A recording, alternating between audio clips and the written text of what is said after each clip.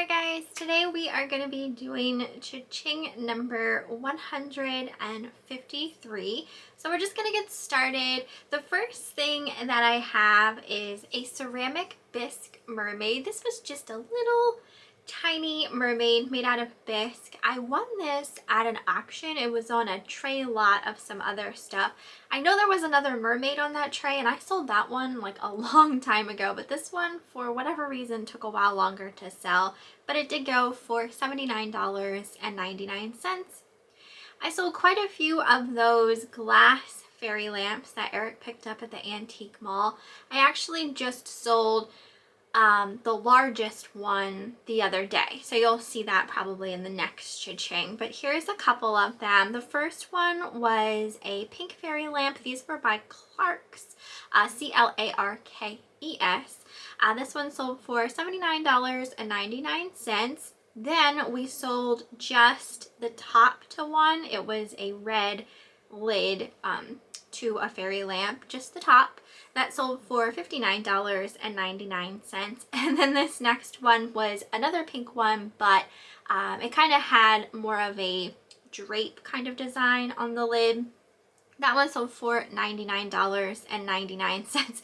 In the title of this, it says stained glass, meant to put satin. Didn't realize that until I was writing up my cha-ching and I was like, oops. So I typically when I write up, you know, my eBay listings and whatnot, I double check everything. I double check spelling errors and all of that. Even like when Eric is listing something, he'll put it as like a draft and then I'll double check everything as far as spelling and keywords and things like that, and didn't catch that one. So I thought that was kind of funny. I made an oopsie. Next item was a vintage left-in mushroom ceramic pitcher. So, you know, this was like a decorative piece, but I mean, you could probably also use it as possibly a planter or what have you. I feel like I picked that up at a yard sale and that sold for $29.99. This next item was for a set of 4 Pottery Barn botanical plates. Those sold for $49.99. Those took a long time to sell. I sold a vintage Betty Boop shirt for $59. Eric picked this up at a yard sale and I think he paid a quarter or 50 cents for that. Next item was a cross stitch kit by Elsa Williams. That sold for $39.99. I actually just picked up a couple of cross stitch kits at a yard sale the other day. Next was an Ellie Smith carnival glass turkey on a nest, so like a lidded candy dish like the hens, but this one was a turkey. That one sold for $69.99 and came from an auction. Next item came from a yard sale. This was a really awesome illustrated hardcover The Hobbit book. Really awesome book. I had never personally seen it before. Pretty sure we paid $5 for that and it sold for $129.99. Sold a Mary Poppins doll of Bert. He sold for $51 and came from an auction. I think Eric paid $1 for him, so that was pretty awesome. Also sold a Versace perfumes backpack. So this would probably been like a gift with purchase when you bought a Versace perfume. But some of these gift with purchase items, especially like bags and backpacks and stuff like that, can have some good resale value to them. Picked this up at a yard sale. I think I paid $3 for it, I want to say, and it sold for $79.99. I have been recently trying to get up all of the vintage My Little Ponies that I purchased from a lady I was buying vintage toys from. I did have someone ask about her the other day. She is still doing fine. I still talk to her on occasion. She'll text me and on occasion we'll still call each other.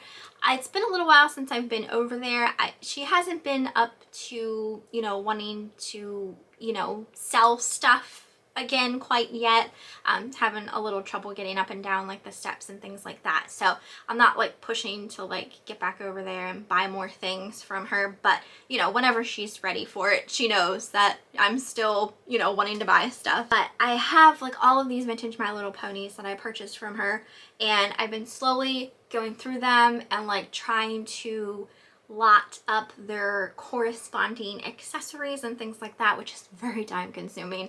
I have so many ponies. I didn't even make a dent in the ponies. But anyway, some of them have been selling. So you'll see some of these as the cha-chings go by. This first one was called Lady Flutter, My Little Pony. She sold for $42.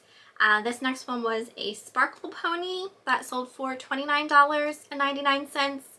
And then we also have one called Flower Bouquet that sold for $31. This next item I got at a yard sale. It was a vintage little set of worms. They were called whimsical worms, very cutesy, anthropomorphic looking.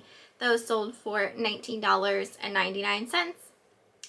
Sold a vintage Chicago Cubs bobblehead nodder. This one was a good one, sold for $225. This here we won at an auction. You're still gonna probably be seeing some wrestling figures because I'm still selling those. This one was for a set of 2 called the Head Shrinkers. They sold for $45.99.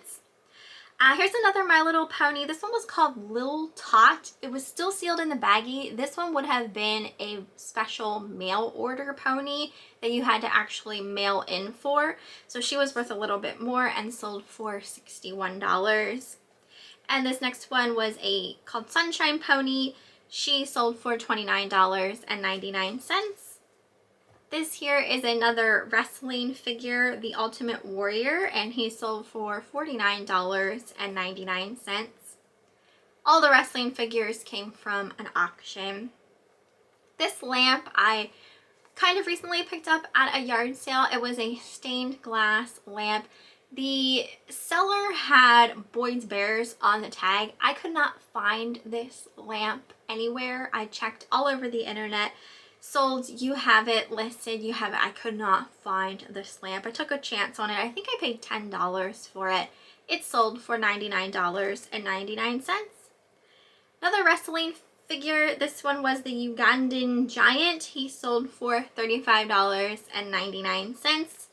And then we have another one. His name was Rick Steiner. He sold for $59.99. So as with any toy, they're not all created equal. There's some that are worth way more. I have wrestling figures that are barely worth $9. So, but there are some obviously that sell really, really well. I have a Polly Pocket figure. This was just a tiny little baby figure that goes to the Polly Pocket Hospital, the vintage Polly Pockets. So just this little figure sold for $32. So kind of crazy for just like a little replacement piece. Next item was a miniature Stiff mohair bear. He sold for $99.99. He came from an auction and Eric paid $26 for him. And then he also came with like a little German mini fur dog, I want to say, and that sold too. So he came with something else that also sold, which is nice. Next item was a vintage Polly Pocket play set. Little playground play set that sold for $49.99. Also came from the auction. Let's see, we have that Early American pressed glass Vaseline bowl, that big glass bowl. Picked this up at a yard sale. I think we paid $25 for it. Sold for $200, so that was a pretty awesome one. This next whole bunch of stuff, one person bought. Her name was Jen. I don't think she's a subscriber. I think it's just someone who did like a shopping spree in my eBay store, which is awesome. She has amazing taste. Like everything she bought is so cool. Some of my really awesome pieces. So this was a really like, I just kept hearing like cha-ching, cha-ching, cha-ching, cha-ching, cha-ching, cha-ching, cha-ching. I was like, what is going on? So it was really awesome to have that happen, especially on like a very slow sales day. So this is all the stuff she bought. She purchased a Viking glass cabbage leaf blue fairy lamp.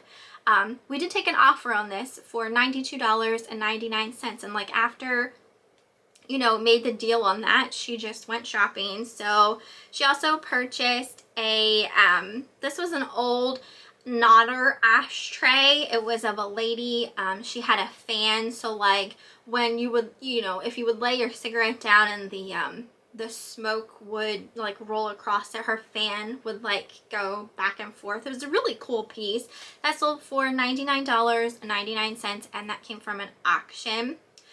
I'm pretty sure this next piece did too. These were a set of Lefton Bluebird egg cups. They sold for $99.99 as well. I actually have another set of these that I need to list. She also purchased a Lefton Lovebirds Valentine's Day candy dish. This was an awesome, awesome, awesome piece. That sold for $139.99.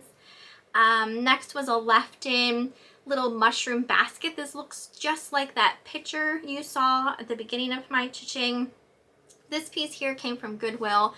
Eric stopped one day on the way, I think, to the booth, and he picked it up for $1.99, and that sold for $16.99. She also purchased a wooden glass eye cat. This was really cool, very MCM. That sold for $19.99, and I got that at a yard sale. Next item also came from a yard sale. This was a Norcrest Bluebird ceramic watering can. This one was a rare one. That sold for $89.99. She purchased a little celluloid plastic duck. It had some like rattling beads in it, so it made noise when you shook it. That sold for $19.99. And then she also purchased this little mini slag glass flower pot for $17.99. So that was really awesome. I hope she loves everything. I mean, like I said, she had really great taste. Next item came from a yard sale very recently. This was for a set of 2 Pioneer Woman jadeite goblets. Those sold for $30, and I paid, I want to say $3 a piece, so $6 altogether. I sold a milk glass mug that said, "Thanks, I needed that." That sold for $19.99, and that came from an auction recently. I think Eric paid $1 for it. I'm so hesitant sometimes to pick up mugs because some mugs just sit and sit and sit. I feel like you can't even give them away, but I definitely felt like when I looked this up, it was a little more rare, kind of harder to find type of thing, and it sold pretty quickly, so I'll give it that. Next item was for another one of those Vaseline opalescent glass pieces with the twirly stem. Eric and I got 2 of these at the antique mall. We paid, I think it was like, I want to say $24 a piece on them. We already had sold one, and then we had another one. They were ever so slightly different. Like one had a little bit more opalescence to it than the other one did. So we listed them separately, and we sold the first one, and then we went to list the other one, and Eric was gonna put it up as a buy it now for what the last one sold for, and I was like, let's just try something, because this has happened to me before in the past where like if you have something rare or harder to find, there's none other listed basically. Sometimes if you put that back up on auction, like if you have a second one, sometimes it'll sell for more than what the one originally sold for, because maybe not as many people are looking at it, or you know, people aren't fighting over it or that type of thing. So we put this one up on auction, and it sold for more than the last one. I wish the other one had sold for as much as this one, but it didn't. So this time around it sold for $167.50, but it was purchased by the same person who purchased the last one. So now they have the set. But yeah, the second one got more for. So just throwing that out there, if that ever happens to you, to think about just putting your next one up on auction and not just throwing it up as a buy it now for what the last one sold for. But like I said, only for something that there aren't any other ones listed, because obviously if there's other ones listed, you know, people can decide, you know, they might purchase another one at a cheaper price or what have you, or not bid on it, just buy it outright. That type of thing, if you guys understand what I'm talking about. I'm not always the best at explaining things, but just the fact that there were none other listed is what I'm trying to get at. Okay, on to the next. This was a ceramic kissing Santa and Mrs. Claus. So when you put them kind of together, it looked like they were leaning for a kiss. These were on the larger side. They weren't like small salt and pepper shakers or anything. They were like ceramic figures. Took an offer on those for $35.99. I think I had them listed at $39.99. I sold that little German plastic penguin bobblehead nodder. I recently just picked this up at a yard sale. That sold for $15.99, and I had a couple of things in my hands that day, and she charged me $2 for everything that I had in my hands, and I got like way more stuff. Let's see. I sold a vintage gem outfit for $99.99. So for the vintage gem dolls, these are definitely harder to find. I mean, I feel like gem dolls in general are harder to find, but to find their fashions is just kind of unheard of. So these always sell for really good money. We sold an LG Wright purple sled glass hen on a nest. This was really large. We recently won this at an auction that sold for $129.99. Sold a Viking red glass rooster for $399, and that was one of the Viking pieces that came from the Viking lady. I also sold another gem outfit. This one was called Like a Dream. Again, sold for $99.99. Sold a vintage She-Ra doll. Her name was Mermista. She sold for $89.99 and came with her clothes and little comic book and all of that good stuff.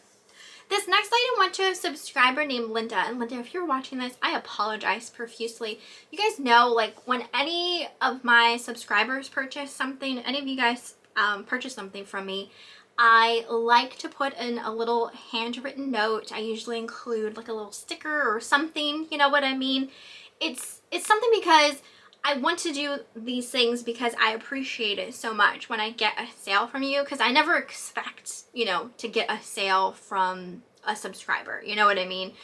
So I always want to take that extra step of, you know, putting a little handwritten note or card or something like that. And I'm pretty good at knowing when it's a subscriber, or, you know, especially if it's a repeat purchaser, which Linda is. She's purchased from me before. And I am fairly, like 100% fairly certain that I did not catch this one and it went out without like any kind of note or sticker or card or anything like that. So I apologize so much, Linda. And that goes to anyone that I might have like missed or something like that. I was kicking myself. I didn't yell at Eric, but like he didn't catch it either. And typically when anyone purchases and it says repeat, I always try to make sure that it's not a subscriber or is a subscriber as to, you know, who the repeat buyer is. Because sometimes people just buy stuff from my store consistently, but they're not subscribers. They just like, you know, they just follow what I sell and just, you know, buy what they like. But that one we both missed. So again, apologies, Linda. Please accept my apologies, Linda. I felt so bad for that. And like I said, I didn't yell at Eric, but I kind of like, Eric, you missed this too, kind of thing. So we were both in the wrong there. And then the last two things were both these wooden Cat's Meow. You guys are familiar with Cat's Meow, little shelf sitters. There was a whole Halloween line, which is really cool. A lot of these Halloween ones have little glow-in-the-dark accents. We picked up like a big box full of these at a yard sale one day. We still have quite a few. They're not like super quick sellers or anything like that, but they were just so unique we had to just take a chance on them. So they've been going here and there, and this person purchased 2 of them.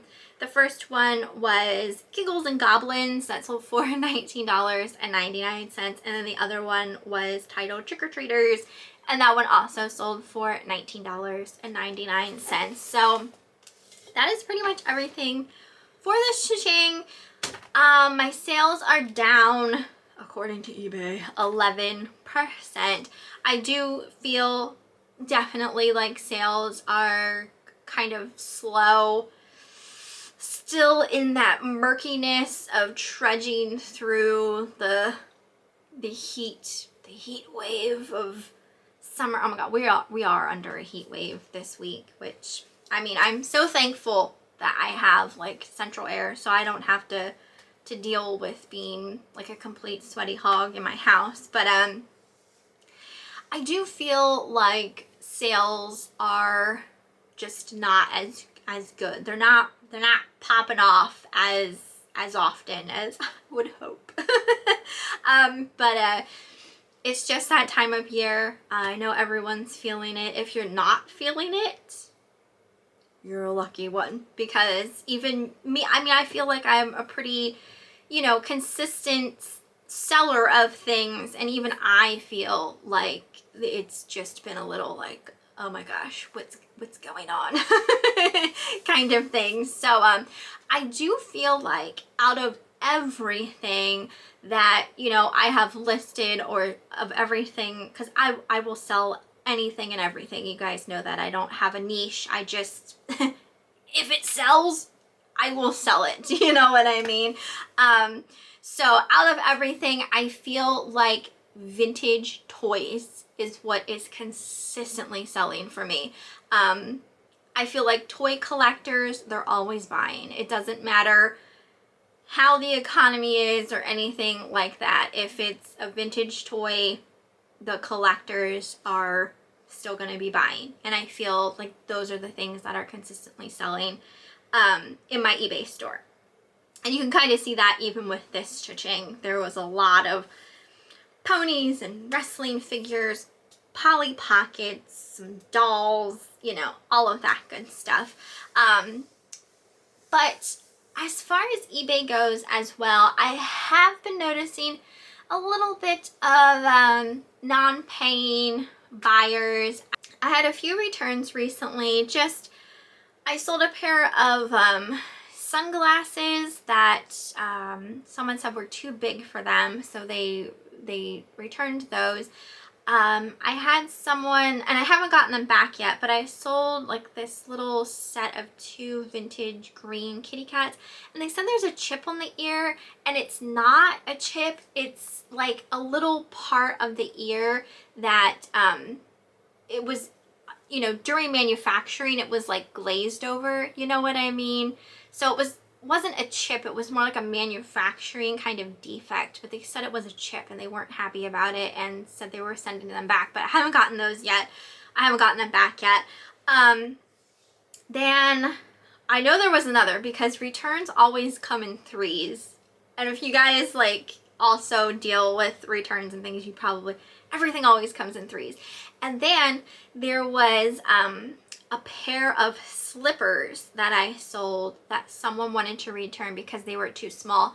And I even wrote in, I almost knew subconsciously that these slippers were going to be a problem, because even in the description I put the measurement of the actual footbed of the slipper, because I even thought they ran a little small.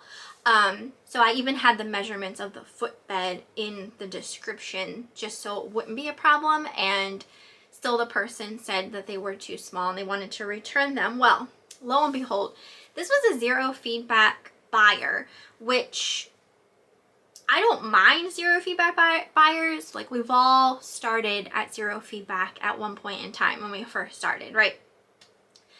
So I get the package back, the return, and I was like, something is not right with this. The box was like really large, and these slippers were like small slippers. They didn't require, like, the box was like yay big, like, and kind of on the heavy side. Like, there's no way there's slippers in here. So I opened it, and it's just full of like clothes from Shine, that website Shine. So no slippers. Like, I looked through the entire box just to make sure like they weren't using these clothing pieces as like packing material or something, just to see if like the slippers were on like the bottom of the box, and they weren't. So when it came time for me to refund them their money, I opened a case on eBay for them to step in. I took pictures of, you know, the label and the box and the contents of the box and everything, and explained to eBay, like, I didn't get the slippers back. I just got this box of clothes, which just still doesn't make any sense to me. Like, if you're scamming for, and these were like cheap slippers. I think they sold for like 20 bucks. Like, it wasn't a whole lot of money. It's not like it was like some sort of $500 collectible or something. We're talking like a $20 pair of slippers. So I just couldn't imagine to scam on something of that cheap of a value, and then to send like a box of clothes. I mean, Shine isn't like an expensive brand or anything to begin with, but there was a decent amount of clothes in that box, which makes me think there might have been a possibility they switched labels accidentally, where like they meant to put a Shine return label on that box and put my return label on the slipper box, and maybe Shine got my slippers and vice versa. That's like the only thing that kind of makes sense to me. But anyway, eBay closed the case in my favor. They like wrote out a whole thing like, you've been a part of our community for whatever 24 years, and you know how I'm like a top rated seller, blah blah blah, that kind of thing, and they're grateful for my, you know, my selling on their platform and what have you. So it's like, I mean, I'm thankful that they, you know, were in my favor and I didn't get in any kind of like trouble or anything like that. Like, I didn't have to owe back any money because they didn't ship the right item back. But what good would that have done if it had been something of like a real large monetary value? Like, that little blurb of being happy for, you know, me selling on their platform for so many years, that isn't gonna bring back like a $500 item, you know what I mean? So like, I kind of had mixed feelings about the entire thing. Like, I was happy in the sense that they, you know, it was in my favor, but also kind of like, this wouldn't be so great if it were a more expensive item, because I didn't care about the $20 slippers, whatever. Sometimes you just have to like, something like that happens and you gotta brush it off. It's just part of business, you know what I mean? It would be the same thing if you had a retail store and someone came in and stole something. Like, you just have to deal with the repercussions of that kind of thing. But it still boggles my mind, guys, that they just sent a box of clothes. I didn't do anything with them. I still have them. I mean, if they were to contact me and was like, oh my gosh, I made a mistake, I sent the wrong package, like, if they're willing to pay to send it back to them, I will do so. But like, I'm not gonna just send it back until, you know, they contact me and give me money for a shipping label kind of thing, because that's not my fault, not my problem, not my circus, not my monkeys kind of thing. So, but I'm not just gonna throw them away yet. So there's that. I don't know, that was just the weirdest thing that's happened lately. Like, I don't know, what do you think? Do you think they were just trying to scam? Why would they scam something like that? Or do you think maybe they did just like do an oopsie with the wrong labels? That's what I'm thinking. But like, still, why would they not have messaged me back even when, like, you know, the case closed and they got the notification that, you know, they're not getting their money back for the slippers. You'd think that they would have contacted me or something. So I don't know. Maybe they were trying to scam. Was a zero feedback buyer? Maybe they did it to a couple of people. Who knows? But that was just something randomly weird that's happened lately on eBay. I have been scammed before on eBay. It's not like it doesn't happen. One time I sold, it was like a vintage Hello Kitty item. Again, it wasn't like a whole lot of money, but it was just the idea of it all. The person didn't return the Hello Kitty item. They just sent me their junk mail. Literally, it was an envelope just full of junk mail. So that was something. Some people, like, they are out there. There are scammers out there on eBay, other platforms too, not just eBay. Thankfully, knock on wood, I haven't dealt with like a ton of them or anything by any means. But they do exist. They're out there and they're looking to scam. But that's pretty much everything for this video, I think. I feel like I've rambled on long enough about that last one. So hopefully you guys enjoyed this one. Feel free to leave any kind of comments down below, like your speculations of that case, or if you have ever been scammed, whether that was on eBay or anywhere else. If you would like to share your story in the comments for all of us to read and commiserate with you, because I'm sure a lot of us have been scammed in some way, shape, or form if you've been reselling for a while.